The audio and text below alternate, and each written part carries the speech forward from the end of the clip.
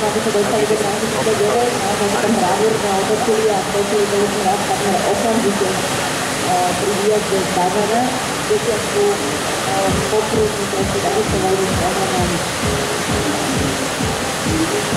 Bránky 12,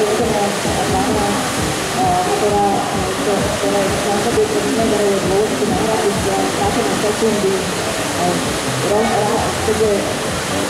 Keď Bazanko 12 vrátov, tak tam vidí ten rast, ktorý sa volalo. A potom následuje Bilbiak Mimegare, ktorý sme mohli vidieť aj v tejto jazde pohľadke posádky a zase to veľmi Mnogo levo, uopšte ne treba mnogo levo, samo ću... Ajmo, Srbija, ajmo, Veslaj! Veslaj! Ajmo! Cepaj! Pusti! Na prvý bránkou pokrudnou bude tvoriť naozaj veľmi silnú prekážku a protikári s ním budú zrejme už bojovať sa severy, sily a odhodlanie ďalej. A už máte pred tribúnou. Yes, we can see the Serbian team number 2 right in front of the tribune. The outcome from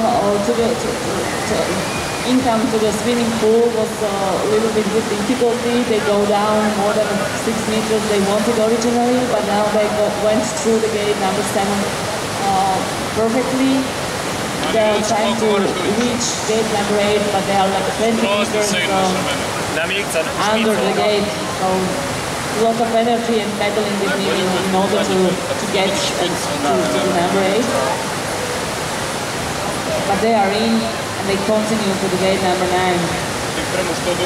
Uvidíme, ako sa popasujú s týmto válcom, ktorý je práve pri tej výpustí, kde treba ten raft ulomiť okamžite doprava a nasmerovať ho správnym smerom.